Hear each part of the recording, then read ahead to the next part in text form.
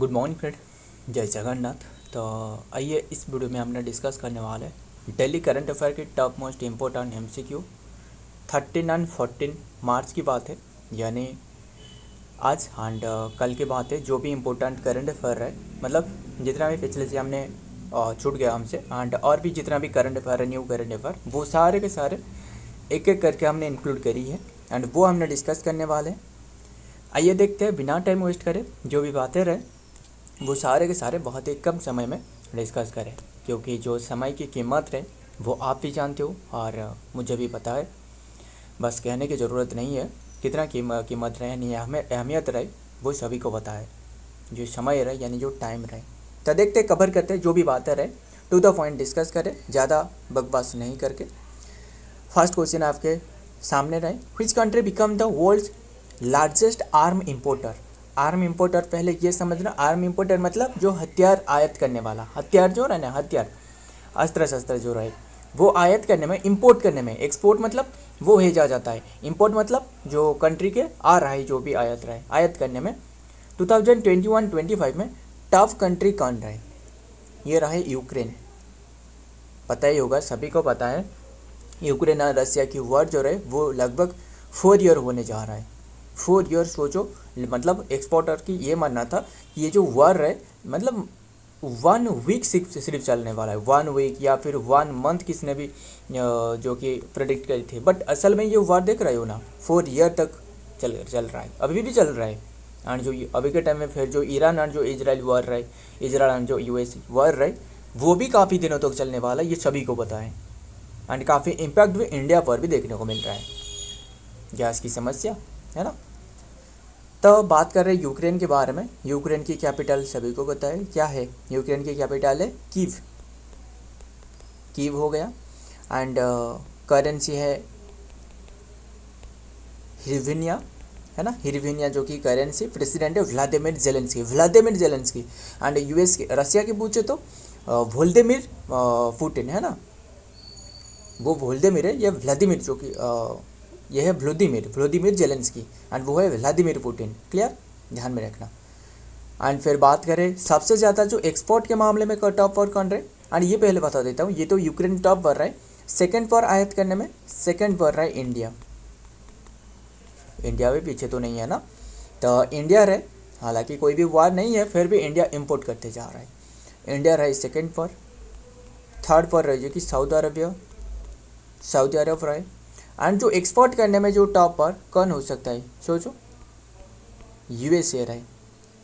दूसरे पर फ्रांस रहे, ध्यान में रखिएगा। तो आगे देखते हैं।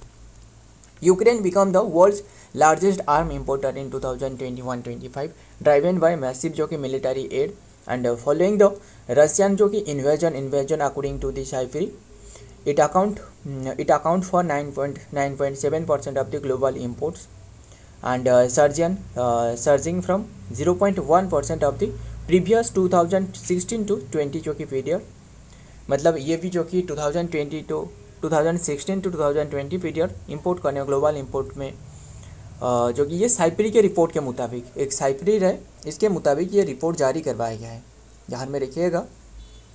And India rank second, India अभी के टाइम में सेकंड रैंक पर रहे। एंड टॉप जो इम्पोर्टर है वो है 9.7%, वो यूक्रेन रहे। एंड ध्यान में रखिएगा, बस इतनी सी बात। ये तो हमने 2021 से 25 तक डिस्कस करे, 2021 से 25। इससे पहले यानी 2020 से लेकर 25 तक इसमें यूक्रेन भी टॉप पर था, ये बात ध्यान में रखना है। यहाँ देख सकते हो जो कि सऊदी अरेबिया 5 पर रहे, कतर 4th पर, पाकिस्तान 5th पर। क्लियर, आगे देखते हैं। Number 2, India's fast integrated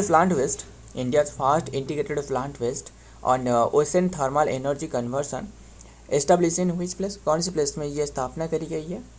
ocean waste thermal. पहले ये समझना ओशन वेस्ट थर्मल एनर्जी है क्या, मतलब मान लो जो ओशन की जो सतह पे जो वाटर जो रहे, इससे भाप में जो कि कन्वर्ट करी जाते हैं, इसके जो भाप उड़ रहा है, इससे जो कि टरबाइन जो रहे वो घुमाया जाता है। और इसके बाद फिर से जो कि भाप को जो कि कंडेंस करके ठंडे करके ये नीचे फिर से लाया जाता है। मतलब कैसे, जो कि समुद्र की जो सतह पे जो पानी रहे वो गर्म रहे, है ना, एंड जो निचले हिस्सा में जो वाटर रहे वो कूल रहे। तो ये वाटर की यूज करी जाती है इसे कंडेंस करने में, एंड ये जो ऊपर वाटर रहे ये तो भाप में जो कि बदल रहा है ना, कंडेंस करने में सहायता रहा है, एंड इसके बाद जो कि कन्वर्ट किया जा रहा है, ऐसे साइक्लिक प्रोसेस चलता है, ध्यान में रखना। तो जिसके कारण जो कि थर्मल एनर्जी जो रहा है वो बन रहा है। तो ये स्थापना किया जा रहा है कौन से प्लेस में, लक्षद्वीप में। Option D is the right answer, Lakshadweep. Clear, Lakshadweep के जो कवरती रहे वहाँ रहे। लक्षद्वीप कितने आइसलैंड के बने हुए हैं, 36 रहे, है ना, एंड लक्षद्वीप की कैपिटल भी कवरती है। एडमिनिस्ट्रेटर रहे वो है प्रफुल्ल कोडा पटेल। देखते हैं क्या रहे। India's first integrated plant based जो कि ओशन थर्मल जो कि energy conversion OTEC is being establish in Kavaratti Lakshadweep में ये बनाया जा रहा है। Location Kavaratti island and capital of the Lakshadweep archipelago, and agency जो कि developed by the national institution of ocean जो कि ओशन टेक्नोलॉजी NIOT, ये टेक्नोलॉजी माध्यम से ये बनाया जा रहा है, इनके माध्यम से। Chennai under the ministry of आर्थ साइंस MOES। क्लियर, पर्पज क्या है, टू साइमल्टेनियसली जनरेट जो कि इलेक्ट्रिसिटी 65 किलोवाट, बस ध्यान में रखिएगा, एंड इतनी सी बात ध्यान में रखिएगा। आगे देखते हैं, एंड ये देख सकते हो जो कि फ्रेश वाटर में जो कि कन्वर्ट करने वाला है, जो भाप में जो उठ रहा है ना, इससे जब कंडेंस किया जाएगा ये जो वाटर है ये पूरी तरह फ्रेश वाटर है, मीठे पानी रहे, है ना। तो ध्यान में रखिएगा 1 लाख पर इट मतलब 1 लाख लीटर जो कि ये कन्वर्ट करने वाला है पर डे।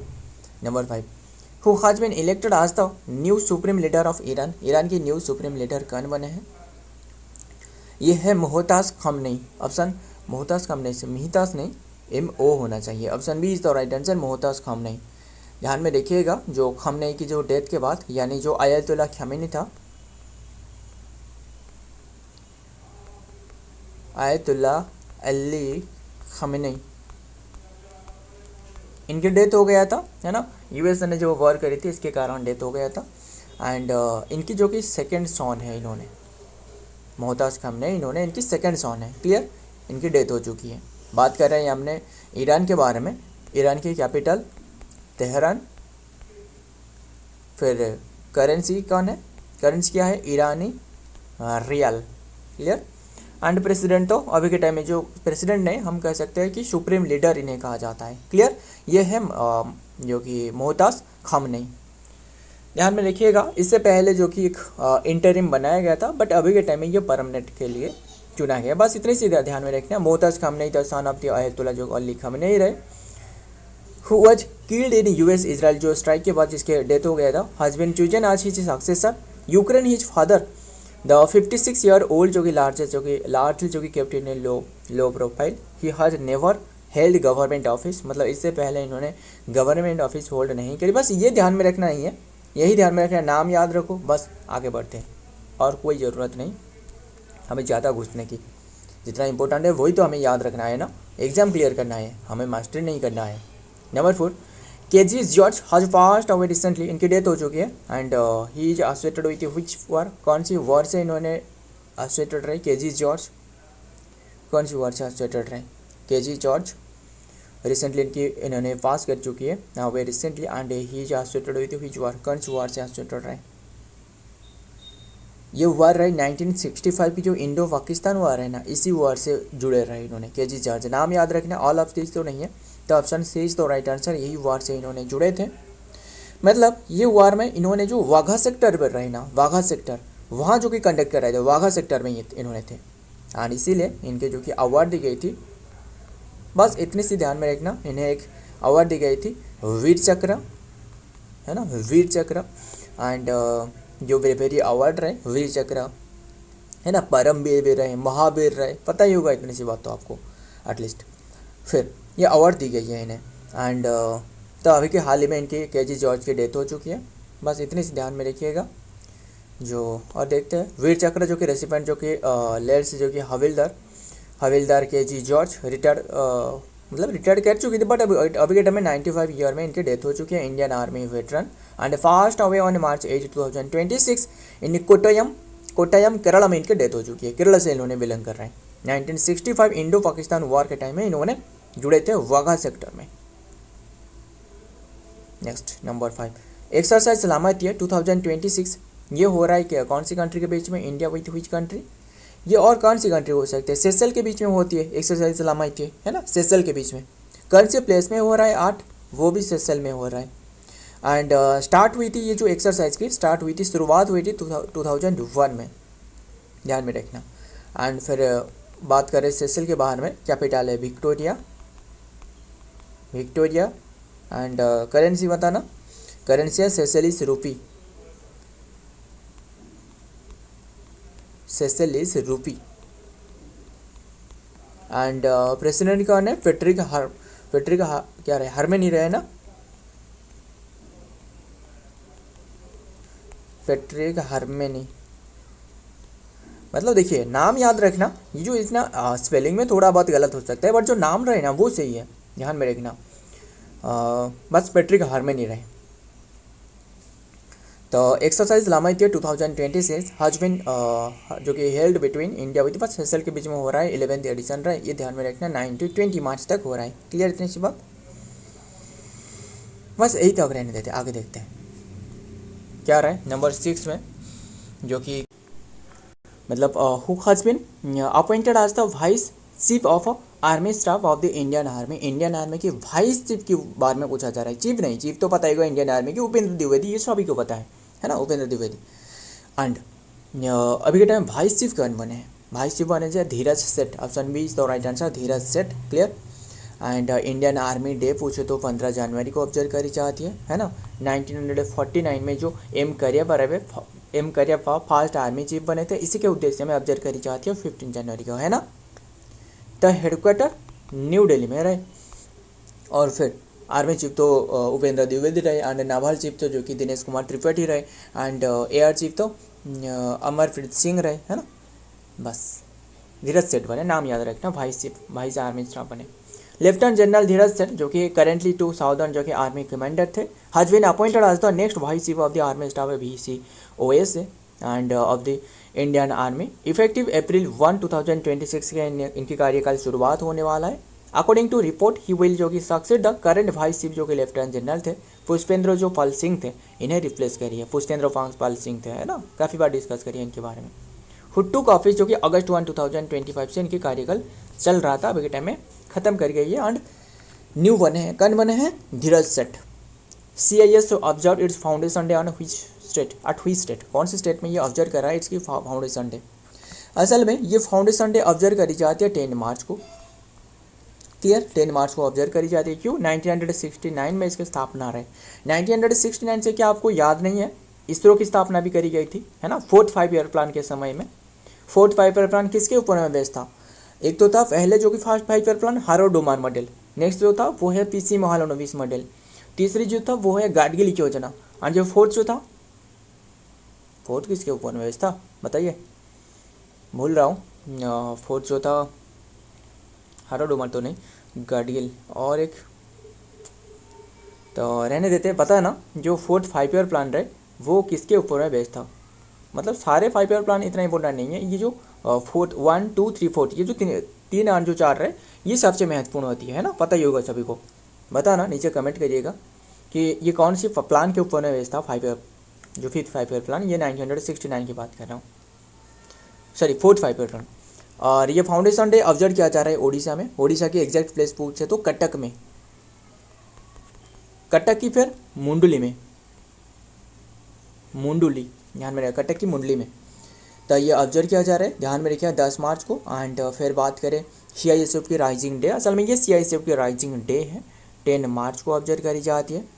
एंड अभी के टाइम में जो डायरेक्टर जनरल कौन रहे CISF की, वो है प्रबीर रंजन रहे, है ना, प्रबीर रंजन रहे। एंड हेडक्वार्टर तो न्यू दिल्ली, सभी को पता। और बस इतना। एंड इसके थीम एक भी रहे, थीम क्या रहे, protection and security, protection and security इसके थीम रहे। Chief guest union home minister Amit Shah जो कि reviewed the parade and significance, this was the first time the rising day जो कि परेड वाज ऑर्गेनाइज इन तमिलनाडु। तो ये तमिलनाडु तो नहीं है, तमिलनाडु क्यों लिखी है ये थोड़ा बहुत जो डिटेल रहे, ये गलत रहे, बस ध्यान में रखना ये उड़ीसा में हो रहा है and union home minister Amit Shah यहाँ चीफ गेस्ट रहे। क्लियर, देखते हैं क्या है वो चेंज कर लेंगे, बस अभी के टाइम में ध्यान में रखना ये उड़ीसा में हो रहा है। Who has become the first women to head a nuclear power plant in India, किसने बने हैं न्यूक्लियर पावर प्लांट की हेड बने हैं, वुमेन बने हैं, वो है RM. नच्चमई। Option C is the right answer, RM. नच्चमई, जिन्होंने कि NPCIL जो nuclear power corporation of India limited है ना, इसकी जो कि न्यू बने हैं, जो कि न्यू हेड बने हैं, ध्यान में रखिएगा। बात करें इसके हेडक्वार्टर के बारे में, हेडक्वार्टर मुंबई में रहे, मुंबई में हेडक्वार्टर एंड और क्या रहे, स्थापना करी गई थी 1987 में। मुझे कि 1987 में याद आ रहा है जो बृहदेश्वर टेम्पल रहे ना, इससे यूनेस्को की मान्यता दी गई थी। फर्स्ट था कोणार्क जो 1984 में, नहीं कोणार्क पहले भी और भी एक था है ना, कोणार्क को दी गई थी बट 1984 में जो उड़ीसा में रहे। 1983 में दी गई थी जो एलोरा रहे है ना, एंड वो जो दी गई थी पहले दी गई थी। RM. नच्चमई has made history as the first woman to head a functional nuclear power plant in India, was she appointed as the chief superintendent of a काईगा जो कि जनरेटिंग स्टेशन यूनिट 3 एंड 4 जो रहे इसकी जो कि चीफ बने हैं, बस ध्यान में रखना। आगे देखते हैं number 9, which is the first bank in India to raise the infrastructure bond oath जो कि 10,000, ध्यान में रखिएगा 10,000 जो कि करोड़ से फर्स्ट बैंक बने राइज द इंफ्रास्ट्रक्चर बॉन्ड, ये डेवलप करी है bank of Baroda. Option D is the right answer, bank of Baroda, जिसके स्थापना 1908 में करवाया गया था। हेडक्वार्टर वडोदरा गुजरात में रहे। MD CEO है वो है देवदत्त चंद है ना। देखते हैं बैंक ऑफ बड़ौदा क्या करी, बड़ौदा क्या करी 2000 नहीं BOB जो रहे become the first bank in India to raise 10,000 जो कि crore through the insurance of long term जो कि green infrastructure bond and domestic जो मार्केट रहे आज announce in the March 2026 the 7-year bond जो कि रेटेड AAA विथ 7.10% कूपन के साथ।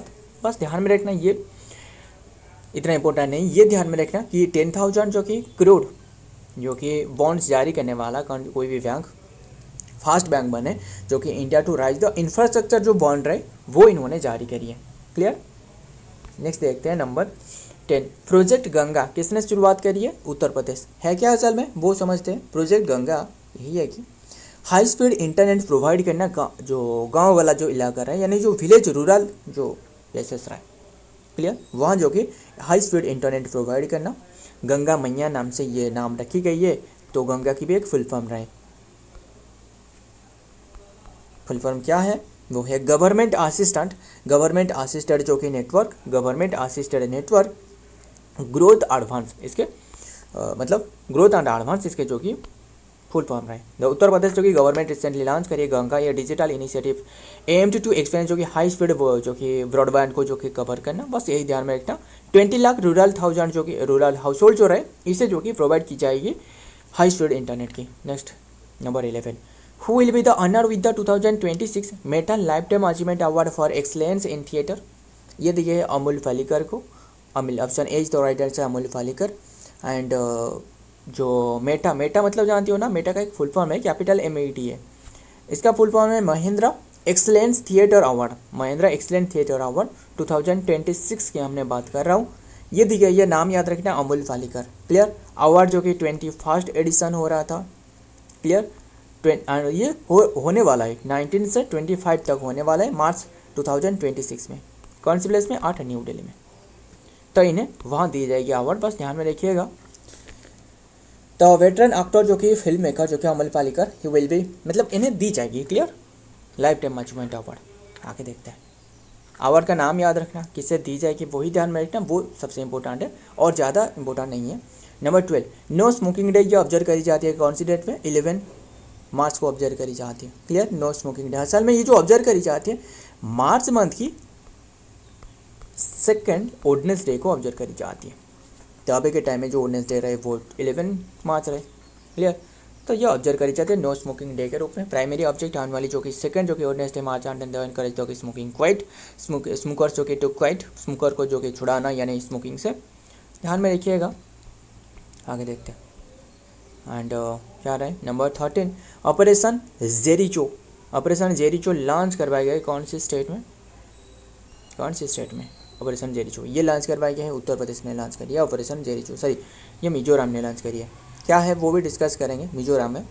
असल में जो धोखाधड़ी हो रहा है, जो ड्रग की जो धोखाधड़ी हो रहा है ना, जो म्यांमार और जो वहाँ जो मिजोरम के पास तो म्यांमार बॉर्डर है ना, वहाँ जो धोखाधड़ी ड्रग की जो घोटाला हो रहा है, इससे जो कि निपटना जाए, यानी इससे जो कि ख़त्म करना, धोखाधड़ी को रोकना उद्देश्य है। बात करें मिजोरम की, कैपिटल है आइजोल, सीएम है लालडुमा, गवर्नर है वीके सिंह। आगे देखते हैं। Operation जेरिचो was launch in the then district, जो कि आप मिजो हिल की जो थेन डिस्ट्रिक्ट है वहाँ शुरुआत करवाया गया है with in the state of the Assam, non जो कि now the independent state of the Mizoram जो कि रहे, तो ध्यान में रखिएगा। आगे देखते हैं।